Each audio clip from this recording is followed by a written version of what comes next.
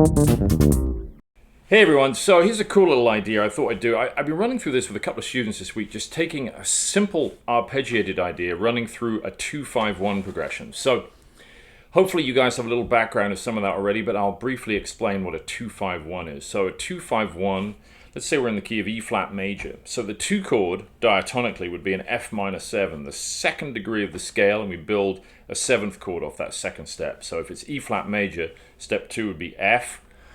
And the 7th chord we build diatonically is an F minor 7. Now, the very first thing I did there is one of the keys to this. So you'll notice what I did. I ran up and down the arpeggio 2 different ways. So check this out. First of all, look at the fingering. Typical fingering for a minor 7 would be like this. Root, minor 3rd, 5th, and the minor 7. But the other way is starting with your 4th finger on the tonic, like that. F, A flat, C, E flat, F, A flat, C, E flat. Hopefully you can see that clearly. Quick thing as well, guys, don't forget, please support the channel. These videos take quite a while to put together, edit, mix, and so on. And I want to try and give you guys really good content. So use the Buy Me a Coffee if you want to donate directly to the channel, or stop by the website, pick something up. There's PDF study pieces, there's full like an hour-long video lesson downloads, and of course you can always see if we can get you on the lesson private teaching schedule as well via Skype or Zoom. All right, on with the video. Now, that's a really good thing to develop, like alternate fingerings for these things. So I can play this down here, look. F, A flat, C, E flat, root, minor 3rd, perfect 5th, minor 7, F, A flat, C, E flat, root, minor 3rd, perfect 5th, minor 7. Exactly the same arpeggio, 2 totally different fingerings. Now, why would we do this? Because sometimes when we're playing lines, we don't want the line, the musical idea that we're playing, to be dictated to us by the fact we only know one fingering to outline a chord change. So I often find myself visualizing the neck in many different ways, depending on the line I'm playing, right? So if I was playing something over an F minor, or maybe a cooler voicing would be like this, like an F minor 6, right? And I'm playing this line. This way round, I'm actually kind of I'm seeing my mode, the F minor kind of DNA I'm basing my line on. This is mostly kind of a Dorian idea, the second mode of the major scale, F Dorian in this case. I'm really seeing it round from my 4th finger on the root here.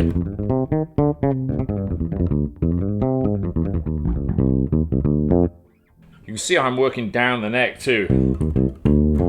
With that D back up into the F, the 6th there. So my fingering, I'm very much visualizing the arpeggio this way round, okay? First thing.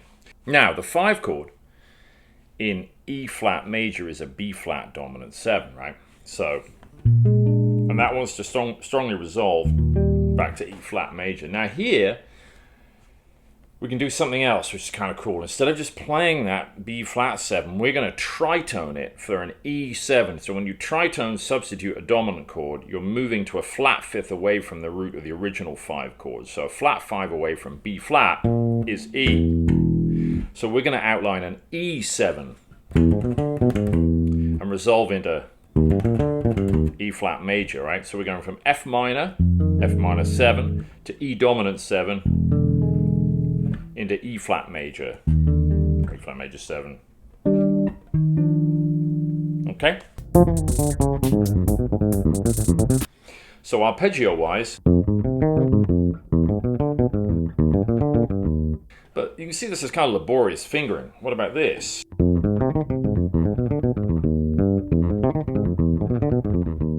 I can like this more. Lots of different ways to do this. So I'm going to slow these way down. So the first way you might try is use my alternate fingering for the 2 chord. So F minor 7. All right, now you'll notice if we slide down a half step, the E is right there. Now let's go up and down E dominant 7, E, G sharp, B, D, and then down to E flat major. I'm going to move back up a fret to my original starting position. So watch, F minor 7,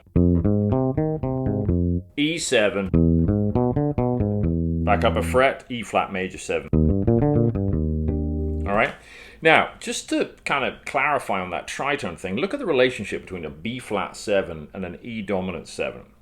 A B flat dominant 7 has a D and an A flat as the major third and the minor or flattened 7. That gives us that tritone interval, that flattened fifth, right? That's very unstable. It wants to naturally resolve there.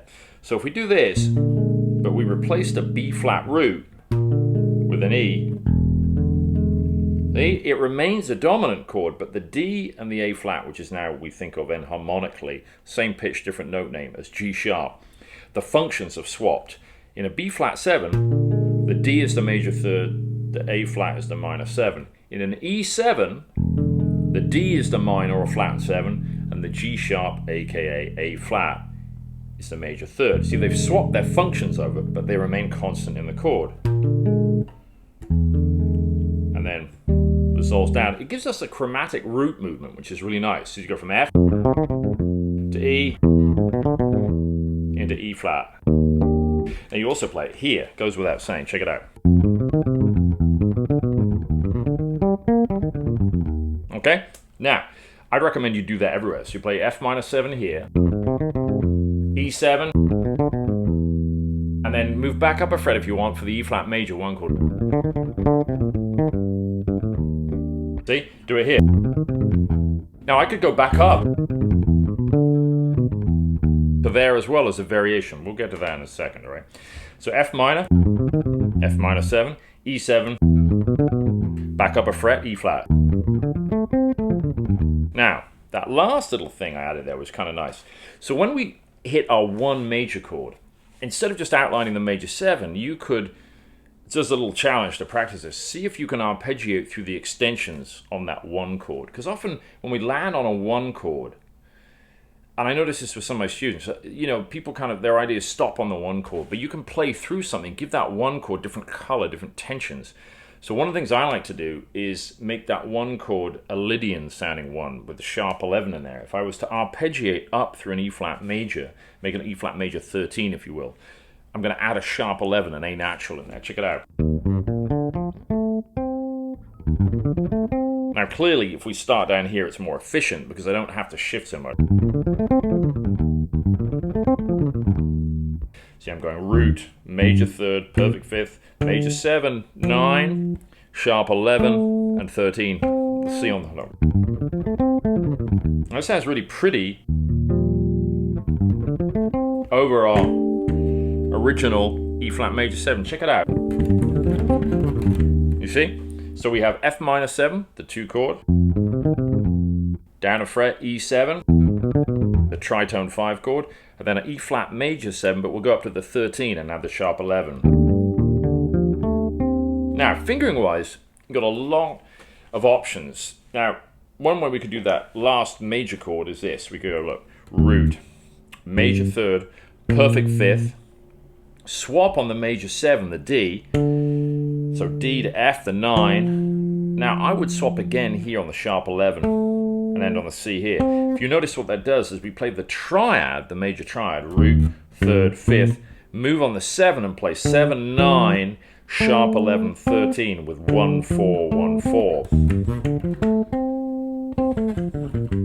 Come down the same way. 4, 1, 4, 1, 4, 1, 2. That's quite nice. I don't use extended fingering a lot, but this is an example where I would.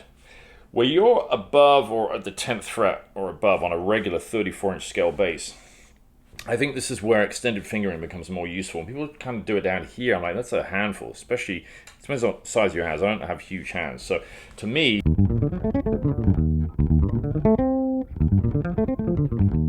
this is a real no-brainer. It's a good way to play this. So look what I do. Root, third, fifth, 7, 9, sharp 11, 13. So the last part is similar to, but what I do here is I play the root and the major third on the same string. That's the key, root, third. And so I go 1, 4, 2, 1, 4, 1, 4. But make sure you're thinking of the notes. Don't just kind of think of the fingering, all right? Fingering is to help you play efficiently, but be aware of the notes. So when I play F minor 7, F, A flat, C, E flat, I'm thinking of the notes. E7, E, G sharp, B, D, right? And then E flat major, let's go to the 13 with a sharp 11.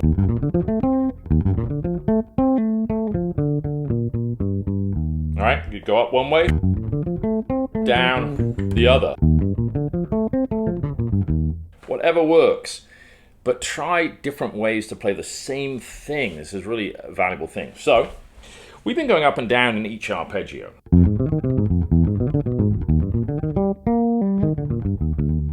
But what we could do is go up one, down the next one, up the next one. Right? I like that idea a lot. Do it here too. Now notice I'm traveling much more on the G string for that last part of the 13th arpeggio, just because I'm all the way down here on the neck. But I probably play this line up here because that's much more efficient, all right? So let's try that again. Up F minor 7, F, A flat, C, E flat, root, minor third, perfect fifth, minor 7, right? Shift down a half step and come back down 7, 5, major third, 7, 5, 3, 1, right? The D, B, G sharp, E for our E7, and then back up E flat major, if you like that, okay? If that's too much for you, just do the F minor 7, down E7, and up E flat major, just like that. So I start here, down a fret, back up a fret, do it here. It's great practice for learning to navigate around the neck, and this is your basic way to start to play through changes, but we're not playing in a way that's inefficient. We're starting to visualize the fingerboard differently, you see. And it's getting you into looking at that minor 2 chord with starting it on your pinky, which can be really useful, all right? Consider also up here, if I wanted to play that line here, I couldn't play it with this more orthodox fingering on the F minor. This being a sort of J-style bass, although it does have 21 frets. I can't get to an A flat up here that I could here. You'd have to have 24 or 23 frets to do this, right? So, if I go up F minor here, F minor 7, then down a fret, there's my E7, and then back up a fret, then I'm into E flat there, you see? So again, these alternate fingerings can be really useful depending on where you are, you know? So definitely a great thing to practice.